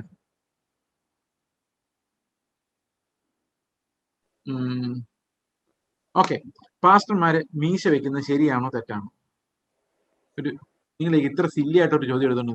നല്ലൊരു എക്സാമ്പിൾ ആയിട്ട് എനിക്ക് തോന്നിയുണ്ട്. ഇപ്പൊ ഞാനൊന്ന് വിശദീകരിക്കാതെ, ഞാനൊരു കേരളത്തില് ഒരു പെന്തക്കോസ്ത് സഭകളിൽ പ്രസംഗിക്കുന്ന ഒരാളായിരിക്കും. ഞാൻ മീശ വെച്ച് ഒരു മത്സരിക്കേണ്ട കാര്യമില്ല. അവർ മീശ കൊണ്ട് എനിക്ക് എന്താ ലാഭം? ഒരു ലാഭവും. എന്നാൽ അതേ ഞാൻ ആന്ധ്രയിൽ ചെല്ലുമ്പോൾ, തമിഴ്നാട്ടിൽ ചെല്ലുമ്പോൾ അവർക്ക് മീശ വെച്ചാലും കുഴപ്പമില്ല, വെച്ചില്ലേലും കുഴപ്പമില്ല. ഇനി അപ്പൊ കർത്താവിന് ഏതാ? മീശ ഉള്ളതാണോ ഇല്ലാത്തതാണോ ഇഷ്ടം? കർത്താവ് ഇതൊന്നും നോക്കുന്ന ആളെയല്ല. കർത്താവിനെ സംബന്ധിച്ച് മീശയുമല്ല മീശ ഇല്ലാത്തതുമല്ല കാര്യം, പരിച്ഛേദനയുമല്ല അഗ്രചർമ്മവുമല്ല കാര്യം, പറയുന്ന പോലെ. അപ്പൊ ഓരോ സമൂഹത്തിൽ ഓരോ ശരിയുണ്ട്, ഓരോ സമൂഹത്തിൽ ഓരോ ശരിയുണ്ട്. പക്ഷെ സത്യമല്ല അതൊന്നും. സത്യം മാത്രമേ വേദപുസ്തകത്തിലുള്ളൂ. ബാക്കിയുള്ളതിൽ ഓരോരോ സംസ്കാരത്തിന്റെ ശരികളാണ്. യേശുക്രിസ്തു പറഞ്ഞ ഞാൻ പറയുന്നതൊക്കെ ശരിയാന്നല്ല, ഞാൻ പറയുന്നതൊക്കെ സത്യമാണെന്നാണ്. That means it cannot be changed. ഒരു സ്ഥലത്ത് ഇങ്ങനൊരു കൾച്ചർ, ഞങ്ങളുടെ കൾച്ചർ ഇതാണ് ബ്രദറെ, ആഭരണം ഇടുകയല്ല ഞങ്ങള്, ഓക്കെ സന്തോഷം. വേറെ സ്ഥലത്ത് ചെല്ലുമ്പോൾ അവർ പറയും ഞങ്ങളുടെ കൾച്ചർ അനുസരിച്ച് ആഭരണം ഇടണം, ഓക്കെ സന്തോഷം. എന്ത് ചെയ്യും? ഇത് ഇവിടെ ശരി, അത് അവിടെ ശരി. പക്ഷെ സത്യം എന്താണ്? അതുപോലെ കർത്താവ് പറഞ്ഞു മതങ്ങൾക്കെല്ലാം ആപേക്ഷികമായ സത്യങ്ങളുള്ളത്, എന്നാൽ ശരികളാണുള്ളത്. എന്നാൽ യേശുക്രിസ്തു പറഞ്ഞു ഞാൻ തന്നെയാണ് സത്യം എന്ന് പറഞ്ഞാൽ ട്രൂത്ത്. എന്നിൽ വിശ്വസിക്കുന്ന ഒരിക്കലും ആപേക്ഷികമായ ഒരു തലത്തിലല്ല ജീവിക്കുന്നത്, എറ്റേണലാണ്, ഒരിക്കലും മാറ്റം വരാത്ത കാര്യം. കർത്താവ് പറഞ്ഞു ഒരു കാര്യത്തിന് ഒരിക്കലും മാറ്റം ഉണ്ടാവാൻ പറ്റത്തില്ല. അവന്റെ വാഗ്ദത്തങ്ങൾ അഴിയുന്നില്ല, അവന്റെ നീതിയുടെ നിലവാരം അഴിയുന്നില്ല, അവൻ എന്ത് ചെയ്യുന്നു അതൊന്നും അഴിഞ്ഞു പോകുന്നതല്ല, പെർമനന്റ് ആൻഡ് ഇറ്റേണൽ ആണ്. അതാണ് സത്യം എന്ന് പറയുന്നത്. ഒരിക്കലും നമുക്ക് നിരാശപ്പെടേണ്ടി വരില്ല കർത്താവിനനുസരിച്ച്. ഇപ്പൊ നമുക്ക് കമ്മ്യൂണിസം ആണോ ക്യാപിറ്റലിസം ആണോ നല്ലത്? ഇതെന്താ സാധനം എന്നറിയാത്തവരും അറിയുന്നവരും ഒക്കെ കാണുമായിരിക്കും. എക്സ്പേർട്സും ഇതിന്റെ കൂടെ ഉണ്ടാവും. കമ്മ്യൂണിസം എന്ന് പറഞ്ഞു കഴിഞ്ഞാല് സോഷ്യലിസം എന്ന് പറഞ്ഞാൽ അല്ല, കമ്മ്യൂണിസം പറയുന്നത് നല്ലത്. കമ്മ്യൂണിസം എന്ന് പറഞ്ഞു കഴിഞ്ഞാൽ അർത്ഥം നമ്മുടെ ഇപ്പൊ ഇന്ത്യയില് അനേക കമ്പനികളുണ്ട്, അഗ്രികൾച്ചർ ലാൻഡ് ഉണ്ട്, ഇതെല്ലാം ഗവൺമെന്റ് ഏറ്റെടുത്ത് ഗവൺമെന്റ് നടത്തുന്നു. നമ്മളെല്ലാം അവിടെ പോയി അധ്വാനിക്കുന്നു, പൈസ വാങ്ങിക്കുന്നു. ഓക്കെ, നമ്മുടെ സ്വന്തമായിട്ടൊന്നുമില്ല, എല്ലാം ഗവൺമെന്റിന്റെയാണ്. അപ്പം പ്രത്യേകിച്ച് ഒരാൾ മുതലാളി തൊഴിലാളി ഇങ്ങനെയൊന്നുമില്ല, എല്ലാ തൊഴിലാളി വർഗ്ഗങ്ങൾ മൊത്തം തൊഴിലാളികൾ. ഇതാണ് ഐഡിയലി, ഗവൺമെന്റ് ആണ് എല്ലാം നിയന്ത്രിക്കുന്നത്. എന്നാൽ ക്യാപിറ്റലിസം എന്ന് പറഞ്ഞാൽ അങ്ങനെയല്ല. പൈസ ഉള്ളവൻ കൂടുതൽ കൂടുതൽ സമ്പാദിക്കുന്നു, ഗവൺമെന്റ് ഒന്നും ഓൺ ചെയ്യോ കൺട്രോൾ ചെയ്യുകയോ ചെയ്യുന്നില്ല. അത് എക്കണമിയാണ് എല്ലാം കൺട്രോൾ ചെയ്യുന്നത്. സമ്പത്തിന്റെ മൂവ്മെന്റ്, ക്യാഷിന്റെ ഫ്ലോ, അതാണ് എല്ലാം കൺട്രോൾ ചെയ്യുന്നത്. ഇപ്പൊ എങ്ങോട്ടാണോ ആരെടുത്തോട്ടാണോ ഇത് ഒഴുകുന്നത് അവൻ ജയിച്ചു. അങ്ങനെയാണ്. ഇതിലേതാണ് ശരി? ഏതാണ് ശരിയെന്ന് ചോദിച്ചാൽ അമേരിക്കക്കാരോട് ചോദിച്ചാൽ പറയോ കമ്മ്യൂണിസം സ്ട്രോങ്. ചൈനക്കാരോട് ചോദിച്ചാൽ ഞാൻ പറയാം അവർ ക്യാപിറ്റലിസ്റ്റുകളാണെങ്കിലും അവർ പറയും അയ്യോ അത് തെറ്റാണ്. പക്ഷെ സത്യം എന്താണെന്നറിയോ? There is something called God's economy. ഈ ഗോഡ്സ് എക്കണമി എന്ന് പറഞ്ഞാൽ എന്താ? കമ്മ്യൂണിസം പൊളിഞ്ഞാലും ക്യാപിറ്റലിസം പൊളിഞ്ഞാലും പൊളിയാത്ത ഒരൊറ്റ എക്കണമി ദൈവത്തിന്റെ എക്കണമി ഉള്ളൂ. അതാണ് സത്യം. എന്ത് പ്രതിസന്ധി ഉണ്ടായാലും അവന്റെ മക്കളെ നടത്താൻ അറിയാവുന്ന ഒരു പിതാവ്, അവനിൽ വിശ്വസിച്ചാൽ നമ്മൾ ഒഴുങ്ങി പോവുകയില്ല. അത് സത്യമാണ്, ട്രൂത്താണ്. അതിന് ഇസങ്ങളുടെ സപ്പോർട്ട് ആവശ്യമില്ല. ഏതാ ശരിയെന്ന് നമ്മൾ അന്വേഷിക്കേണ്ട കാര്യം. ഞാൻ കമ്മ്യൂണിസ്റ്റുകാരനോ ക്യാപിറ്റലിസ്റ്റോ ആവേണ്ട കാര്യമില്ല, ക്രിസ്ത്യാനി ആയാൽ മതി. ക്രിസ്ത്യാനി ആയി കഴിയുമ്പോൾ he standing on the truth. Okay, ഈ കമ്മ്യൂണിസം ഒരു സൈഡിൽ വെച്ച് ക്യാപിറ്റലിസം ഒരു സൈഡിൽ വെച്ചിട്ട് നെഹ്റു പറഞ്ഞു നമുക്ക് ഇതിന്റെ രണ്ടിന് ഇടയിലൂടെ പോവാം. ഓക്കെ, പുള്ളി അങ്ങനെ കണ്ടുപിടിച്ചു, ഇടയിലൂടെ പോയി. അതിനാണ് മിക്സ്ഡ് എക്കണമി. ഇന്ത്യ അങ്ങനെയായിരുന്നു. കുറെ കാര്യങ്ങളൊക്കെ ഗവൺമെന്റ് നടത്തും, കുറെ കാര്യങ്ങളൊക്കെ ജനങ്ങൾ നടത്തും, അങ്ങനെയായിരുന്നു. അപ്പൊ ഇങ്ങനെ പല ശരികളും പല വ്യാഖ്യാനങ്ങളും ലോകത്തുണ്ട്. പക്ഷെ ട്രൂത്ത് എന്ന് പറയുന്നത് കർത്താവ് എന്നെ പഠിപ്പിച്ചത്, സമ്പത്ത് അത് ക്യാപിറ്റലിസം ആയാലും കമ്മ്യൂണിസം ആയാലും അതല്ല നമുക്ക് ജീവിക്കാനുള്ള നിലവാരം, സ്റ്റാൻഡേർഡ്, ജീവിക്കാനുള്ള അടിസ്ഥാനം. അത് കർത്താവ് നിന്റെ അപ്പനാണെന്നുള്ളതാണ് ഫൗണ്ടേഷൻ. അതിന് മാറ്റമില്ല. അത് ക്യാപിറ്റലിസ്റ്റ് രാജ്യത്തിൽ പോയാലും മാറ്റമില്ല, കമ്മ്യൂണിസ്റ്റ് രാജ്യത്തിൽ പോയാലും മാറ്റമില്ല, നമ്മൾ ഏതെങ്കിലും ഒരു മരുഭൂമി കിടന്നാലും മാറ്റമില്ല, നമ്മൾ ഏറ്റവും ഫലഭൂയിഷ്ടമായ സ്ഥലത്ത് ചെന്നാൽ ഈ എക്കണമിക്ക് മാത്രം ഒരു മാറ്റം ഉണ്ടാകും. God will take care. അതാണ് ദൈവത്തിന്റെ എക്കണമി. അതുപോലെ കർത്താവെ എൻ്റെ കയ്യിൽ ആകെ 2 വെള്ളിക്കാശുള്ളൂ, ഇട്ടേക്ക്. അതാണ് കർത്താവിന്റെ എക്കണമി. അത് ലോകത്തിലൊരു എക്കണമിസ്റ്റിനെ മനസ്സിലാകാത്തൊരു എക്കണമിയാണ്. കർത്താവ് 2 ചില്ലിക്കാശ്, അതെന്റെ കയ്യിൽ ആകെ ഉള്ളൂ, ഞാനൊരു വിധവയാണ്, കർത്താവ് ഇട്ടേക്ക്. എന്തൊരു എക്കണമി അല്ലേ അത്? That's a truth. That is the truth. കാരണം അവൾക്ക് ദൈവമുണ്ട്. And she does not need anything else. ഈ എക്കണമി എന്ന് പറയുന്നത് ദൈവത്തിന്റെ വഴി. ആ വഴിയെക്കുറിച്ച് പറയാൻ വേണ്ടി എന്ന് പറഞ്ഞു. സത്യം, ട്രൂത്ത്. എന്താണ് ട്രൂത്ത്? എന്താണ് വേ?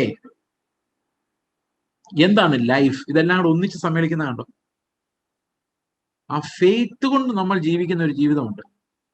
ആ ഫെയ്ത്ത് കൊണ്ട് നമ്മൾ ജീവിക്കുന്ന ജീവിതമാണ് കർത്താവ് പറയുന്ന ആ വഴി, ജീവിക്കാനുള്ള വഴി. അത് മാത്രമേ ഉള്ളൂ സത്യം. So these all 3 are rolled into one, and Christ says, I am that I am. അപ്പോൾ ഈ ഓരോ രാഷ്ട്രീയത്തിന്റെ സൈഡിൽ നിന്ന് ക്രിസ്ത്യാനികൾ വഴക്കുണ്ടാക്കും. അവർ മനസ്സിലാകാതെ പോകുന്നത് ആപേക്ഷികമായ ശരികൾക്ക് വേണ്ടിയാണ് ഈ യുദ്ധം എന്നുള്ളതാണ്. അപ്പൊ രാഷ്ട്രങ്ങൾക്ക് അങ്ങനെ നിൽക്കാൻ പറ്റുള്ളൂ. ആത്മാവ് ഉള്ളിലുള്ളവർക്ക് മാത്രമുള്ള ഒരു സ്പെഷ്യലാണ് ഈ ട്രൂത്ത് എന്ന് പറയുന്നത്. അല്ലാതെ എല്ലാവരും ഈ ട്രൂത്തിന്റെ അടിസ്ഥാനം നമുക്ക് അടിച്ചേൽപ്പിക്കാൻ പറ്റില്ല. അതുകൊണ്ടാണ് ക്രിസ്ത്യാനിറ്റിക്ക് ഒരു ഐഹിക രാജ്യം ഉണ്ടാവുകയില്ല എന്ന് നമ്മൾ പറയും. ഈ ലോകത്ത്, വീണ്ടെടുക്കപ്പെടാത്ത ഈ ലോകത്ത് ഒരിക്കലും ക്രിസ്ത്യൻ എന്ന് പറയുന്ന ഒരു ഐഹികമായ രാജ്യമില്ല. ഓക്കെ, അപ്പോൾ ഐഹികമായ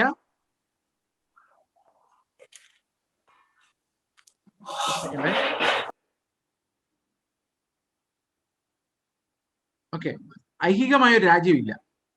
എന്തുകൊണ്ടില്ല?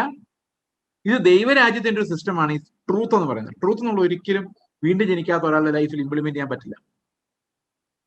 വീണ്ടും ജനിക്കാത്ത ഒരാൾ ഇരുട്ടിലെ നടക്കാൻ പറ്റും. അവനെ വെളിച്ചത്തിലേക്ക് വരാൻ നമുക്ക് നിർബന്ധിക്കാൻ പറ്റില്ല. Unless he is born again he cannot enter into this kingdom. അപ്പൊ നമുക്ക് ഒരു രാജ്യം സ്ഥാപിച്ച് ദൈവത്തിന്റെ നീതി അവിടെ ഫിസിക്കലി നടപ്പാക്കാൻ കഴിയില്ല. അതാണ് ഇസ്ലാമും ക്രിസ്ത്യാനിറ്റിയും തമ്മിലുള്ള ഏറ്റവും വലിയ വ്യത്യാസം. ഇസ്ലാമിന്റെ റൂൾസ് നടപ്പാക്കണമെങ്കിൽ പൊളിറ്റിക്കൽ അധികാരം വേണം, അല്ലെങ്കിൽ നടക്കില്ല. അതുകൊണ്ടാണ് ഇവിടെ ഉള്ള പലരും ഇവിടെ ശരിയായ ഒരു മുസ്ലിമായി ജീവിക്കാൻ കഴിയില്ല എന്ന് പറഞ്ഞുകൊണ്ട് അവര് മുസ്ലിം ഭരണമുള്ള രാജ്യത്തിലേക്ക് പലരും പോയത്. അതിന്റെ കാരണം ഇസ്ലാം നടപ്പാകണമെങ്കിൽ they need a favourable government. ആ ഗവൺമെന്റിനെ കൊണ്ട് മാത്രം അത് ചെയ്യിപ്പിക്കാൻ പറ്റും. അപ്പൊ അവർക്കൊരു പൊളിറ്റിക്കൽ അതോറിറ്റി ഇല്ലാതെ ഇസ്ലാം നടക്കില്ല. എന്നാൽ ക്രിസ്ത്യാനിറ്റി അങ്ങനെയല്ല. ക്രിസ്ത്യാനിറ്റിയുടെ പ്രിൻസിപ്പിൾസ് എന്ന് പറയുന്നത് ഒരിക്കലും ഒരു ഐഹികമായ സിസ്റ്റത്തിൽ ഇംപ്ലിമെന്റ് ചെയ്യാൻ പറ്റില്ല, നടപ്പാക്കാൻ പറ്റില്ല. അങ്ങനെ ഇപ്പൊ ഒരു അവിശ്വാസി ഒരാളോട് പറയാൻ പറ്റില്ല. കാരണം അവന് നിത്യത വാഗ്ദത്തം ചെയ്യാതെ എങ്ങനെയാണ് അവൻ ഈ ലോകം ഉപേക്ഷിക്കാൻ അവനോട് പറയുന്നത്? It's not possible. നിത്യത അവകാശമാക്കിയ ഒരാളുടെ മാത്രമേ ഈ ലോകത്തിൽ നീ നിക്ഷേപങ്ങളെ സ്വരൂപിക്കേണ്ടെന്ന് പഠിപ്പിക്കാൻ പറ്റുള്ളൂ. സോ അതുകൊണ്ടാണ് ദൈവരാജ്യം എന്ന് പറയുന്ന ഭക്ഷണവും പാനീയവും അല്ല എടുത്തു പറയാനുള്ള കാരണം it's nothing pertaining to this world. അപ്പൊ കർത്താവിന്റെ വഴി, സത്യം, ജീവൻ എന്ന് പറയുന്ന it's a unique presentation, it's a unique assembly of godliness. അത് വിശുദ്ധർക്കും വേർതിരിക്കപ്പെട്ടവർക്കും മാത്രം മനസ്സിലാകുന്ന വഴിയാണ്. കർത്താവ് അവനെ തന്നെ വെളിപ്പെടുത്തി തരുന്നതാണ്. ഈ ജീവന്റെ വഴി കണ്ടെത്തുന്നവർ ചുരുക്കം എന്നാണ് വേദപുസ്തകം പറയുന്നത്. അപ്പൊ ജീവന്റെ വഴിയെക്കുറിച്ച് നമ്മൾ വ്യാഖ്യാനിക്കുമ്പോൾ മനസ്സിലാക്കുമ്പോൾ കർത്താവ് ആരായിരുന്നു, എങ്ങനെയായിരുന്നു, എന്തായിരുന്നു എന്നുള്ളത് നമുക്ക് ഒരു ലൈഫ് സിസ്റ്റമായിട്ട് മാറുകയാണ് ചെയ്യുന്നത്. So who is truth, what is truth എന്നല്ല ചോദിക്കുന്നത്, who is the truth, who is life. ഇത് വ്യക്തിപരമായ നാമങ്ങൾ, കർത്താവിന് നൽകപ്പെട്ടിരിക്കുന്ന നാമം. അവൻ തന്നെയാണ് വഴിയും സത്യവും ജീവനും. അപ്പൊ കർത്താവിന്റെ എക്കണമിയിലേക്കും അവന്റെ ഭരണത്തിലേക്കും ഐഹികമല്ലാത്ത, അതായത് ഈ ലോകത്ത് നമുക്ക് ടാഞ്ചിബിൾ അല്ലാത്ത, എന്താ പറയുന്നതിന്, ഇന്ദ്രിയങ്ങൾ കൊണ്ട് അനുഭവിക്കാൻ പറ്റാത്ത, ആത്മാവിനാൽ സ്ഥാപിക്കപ്പെടുന്ന ഒരു രാജ്യത്തിന്റെ അവകാശത്തെ കുറിച്ചാണ് ഈ പറയുന്ന കാര്യങ്ങൾ. അതുകൊണ്ട് തന്നെ ക്രിസ്ത്യാനിറ്റി എന്ന് പറയുന്നത് ഒരിക്കലും നിങ്ങൾ ഇങ്ങനെ വിചാരിക്കരുത്, ഇന്ത്യ നാളൊരു ക്രിസ്തീയ രാജ്യമായിട്ട് ക്രിസ്തീയ മൂല്യങ്ങൾ വെച്ച് ഇന്ത്യ ഭരിക്കപ്പെടുമെന്ന് ഒരിക്കലും വിചാരിക്കരുത്. അങ്ങനെ സംഭവിക്കില്ല, അങ്ങനെ സംഭവിക്കാൻ പറ്റത്തില്ല. ഇന്ത്യ എന്ന് പറഞ്ഞ അങ്ങനെ ഒരു ക്രിസ്തീയ രാജ്യം, അമേരിക്ക എന്ന് പറഞ്ഞൊരു ക്രിസ്തീയ രാജ്യം ഉണ്ടാവില്ല. It's not possible. കാരണം ഈ യേശുക്രിസ്തുവിന്റെ വഴി ആത്മാവിനാൽ മാത്രം നടപ്പാകുന്നതും വീണ്ടും ജനിച്ചവരിൽ മാത്രം നിറവേറുന്നതുമാണ്. ബാക്കിയുള്ളതെല്ലാം കോമൺ ഗ്രേസിന്റെ ഭാഗമാണ്. So we are not looking at an earthly kingdom at all. അതുകൊണ്ടാണ് പൗലോസ് പറയുന്നത്, ഞങ്ങൾ ഭൗമികമായതിനെ അന്വേഷിക്കുന്നില്ല, കാണുന്ന ഒന്നിനെ അന്വേഷിക്കുന്നില്ല, കാണാത്തതിനെയാണ് നോക്കിക്കൊണ്ടിരിക്കുന്നത്. So God's kingdom is different. Okay,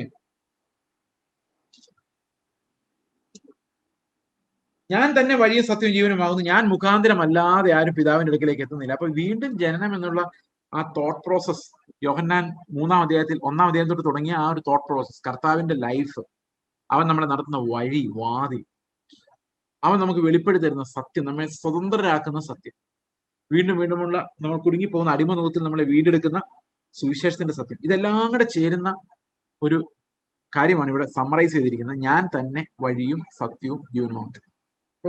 നമ്മൾ എപ്പോഴും ചിന്തിക്കേണ്ടത് എങ്ങനെയാണ്, ഈ ലോകത്തിലെ ആളുകളെല്ലാം എന്ത് ചിന്തിക്കുന്നോ അതിന്റെ നേരെ ഓപ്പോസിറ്റ് ആയിരിക്കും കർത്താവ് ചിന്തിക്കുന്നത്, ഏത് വിഷയത്തിലും. ഓക്കെ, യേശു അവനോട്, ഞാൻ തന്നെ വഴിയും സത്യവും ജീവനുമാകുന്നു, ഞാൻ മുഖാന്തരമല്ലാതെ ആരും പിതാവിന്റെ അടുക്കൽ എത്തുന്നില്ല. നിങ്ങൾ എന്നെ അറിഞ്ഞുവെങ്കിൽ എന്റെ പിതാവിനെയും അറിയുമായിരുന്നു. ഇന്നു മുതൽ നിങ്ങൾ അവനെ അറിയുന്നു, അവനെ കണ്ടുമിരിക്കുന്നു. അപ്പൊ ശരിക്കും ഈ ഫൈനൽ ഡിസ്കോഴ്സിലാണ് കർത്താവ് അവന്റെ പിതാവിനെ നിങ്ങൾ കണ്ടു എന്ന് പറയുന്നത്. കാരണം അവന്റെ ലൈഫിൽ, അവൻ ഈ ഭൂമിയിൽ ജീവിച്ചപ്പോൾ അവൻ പിതാവിനെ വെളിപ്പെടുത്തി. അവർക്കൊന്നും മനസ്സിലാവുന്നില്ലായിരുന്നു. അവർ വീണ്ടും വീണ്ടും ഇപ്പോഴും ചോദിക്കും, പിതാവിനെ ഞങ്ങൾക്ക് വെളിപ്പെടുത്തി തരണം, കാണിച്ചു തരണം, ഞങ്ങൾക്കത് മതി, വേറൊന്നും വേണ്ട. ഓക്കെ, അപ്പോൾ കർത്താവ് പറയുന്നത്, നിങ്ങൾ ഇന്നു മുതൽ അവനെ അറിയുന്നു, കണ്ടുമിരിക്കുന്നു. അപ്പോൾ കർത്താവ് അത് എക്സ്പ്ലെയിൻ ചെയ്ത് കഴിഞ്ഞെന്ന് അതിന്റെ അർത്ഥം. ഇവർക്ക് അവർക്ക് പിന്നെ ഗ്രഹിക്കാൻ പറ്റിയത്. പക്ഷെ കർത്താവ് അപ്പോൾ അവരോട് പറയുന്നത് ഇതാണ്, ഇതാണ് വഴി, ഇതാണ് സത്യം, ഇതാണ് ജീവൻ. ആ ജീവൻ നിങ്ങൾക്കുണ്ടെങ്കിൽ നിങ്ങൾ പിതാവിനെ കണ്ടു അറിഞ്ഞു. ഏകസത്യതയുമായി നിന്നെയും നീ അയച്ചവനായ യേശുക്രിസ്തുവിനെയും അറിയുന്നത് തന്നെയാണ് ജീവൻ. If you know God you have eternal life. നിങ്ങൾക്ക് ദൈവത്തെ അറിയാമോ? നിങ്ങളും അവനുമായി എനിക്ക് അവനെ അറിയാം എന്ന് നമ്മൾ ഒരാളോട് പറയുന്ന പോലെ ദൈവത്തെ നമുക്ക് അറിയാമോ? നമുക്ക് നിത്യജീവൻ ഉണ്ടെങ്കിൽ മാത്രമേ അങ്ങനെ അറിയാൻ പറ്റൂ. അപ്പൊ ദൈവത്തെ കുറിച്ചുള്ള അറിവ് നമുക്ക് ലഭിക്കുന്നത് ജീവനാണ്. അത് അവർക്കൊന്നും മനസ്സിലായില്ല. പക്ഷെ കർത്താവ് അതാണ് പറയുന്നത്, ഞാൻ തന്നെയാണ് വഴിയും സത്യവും ജീവനും. നിങ്ങൾ എന്നെ കൈക്കൊണ്ടാൽ നിങ്ങൾക്ക് ജീവനുണ്ട്. ജീവനുണ്ടെങ്കിൽ നിങ്ങൾക്ക് ദൈവത്തെ അറിയാം. ആത്മാവുണ്ട്. ആത്മാവിൽ മാത്രമേ നിങ്ങൾക്ക് ദൈവത്തെ അറിയാൻ കഴിയുള്ളൂ. അപ്പൊ നമ്മുടെ ജീവിതത്തിൽ ഓരോ സെക്കൻഡിലും നമ്മൾ പരിശോധിക്കേണ്ട ഒരു കാര്യം, ഇപ്പൊ ഞാനും ഇപ്പോൾ പരിശോധിക്കേണ്ട ഒരു കാര്യം, കർത്താവെ നീ എനിക്ക് തുറന്നു തന്നിരിക്കുന്ന ആ വഴി, ജീവന്റെ വഴി, സത്യം, ട്രൂത്ത്, ആ ഇടുക്ക് വഴിയിലേക്ക് ഓരോ സെക്കൻഡിലും എനിക്ക് പ്രവേശിക്കുക. ക്രിസ്തുവിന്റെ ധനം, ലോകത്ത് ഏത് എക്കണമി ഫെയിൽ ചെയ്താലും ഫെയിൽ ആകാത്ത എക്കണമി. എക്കണമി എന്ന് പറയുമ്പം എക്കോനോമോസ് എന്നാണ്. എക്കോനോമോസ്, നോമോസ് എന്ന് പറഞ്ഞാൽ നെയിം എന്നേ ഉള്ളൂ. ലോ എന്നും, അതെ, നെയിമാണ് നോമോസ്. എക്കോളജി നമുക്കറിയാം, ഒരു വ്യവസ്ഥയാണ്. എക്കോണമി എന്ന് പറയുമ്പോൾ എപ്പോഴും നമ്മൾ സാമ്പത്തികം മാത്രമല്ല, അത് എക്കോനോമോസ് ആണ്, എക്കോ സിസ്റ്റം. ആ ഒരു വ്യവസ്ഥ, കർത്താവ് നമുക്ക് വേണ്ടി വെച്ചിരിക്കുന്ന ആ ഒരു വ്യവസ്ഥ, ആ മൊത്തം വ്യവസ്ഥയും വേറെയാണ്. ദൈവരാജ്യത്തിന്റെ വ്യവസ്ഥകളാണ്. ക്രിസ്തു ആണ് നമുക്കത്, ആ ഒരു ജീവനിലേക്ക് നമ്മളെ പ്രവേശിപ്പിക്കണം. ഒരു സമയത്ത് ലോകം ചിന്തിക്കുന്നതല്ല നമ്മൾ ചിന്തിക്കും. ആളുകളെ കുറിച്ചോ, പണത്തെക്കുറിച്ചോ, വ്യവഹാരങ്ങളെ കുറിച്ചോ, ജീവിതത്തെക്കുറിച്ചോ, രാഷ്ട്രീയത്തെക്കുറിച്ചോ, ലോകത്തിലുള്ള എന്തിനെക്കുറിച്ചും Christian perspective is different and based on truth. സത്യത്തെ ആധാരമാക്കിയുള്ളതാണ്. അതിനൊരിക്കലും ഐഹികമായ രാജ്യമായി മാറാൻ കഴിവില്ല. തേജസ് പ്രാപിക്കുന്നത് വരെ അങ്ങനെയായി മാറാൻ ഒരു ക്രിസ്തീയ വിശ്വാസത്തിന് ഒരിക്കലും കഴിയില്ല. So don't expect a Christian kingdom anywhere in the world until our Lord returns.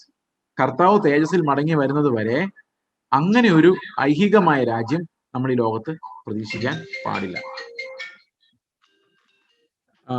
നമുക്ക് ഇന്ന് ഇത്തിരി നേരത്തെ എനിക്ക് അവസാനിപ്പിക്കേണ്ടതായിട്ടുണ്ട്. കാരണം ഇപ്പോൾ ഒരു ബൈബിൾ സ്റ്റഡി ആരംഭിക്കുകയാണ് വേറൊരു സ്ഥലത്ത് 3 ദിവസത്തേക്ക്.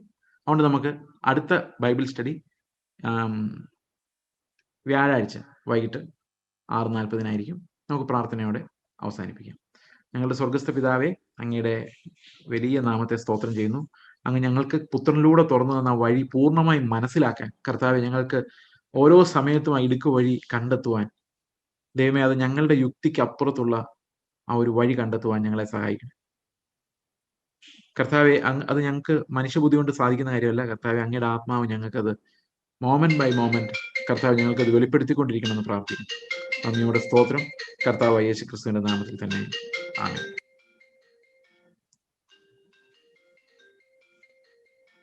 Okay, bye by.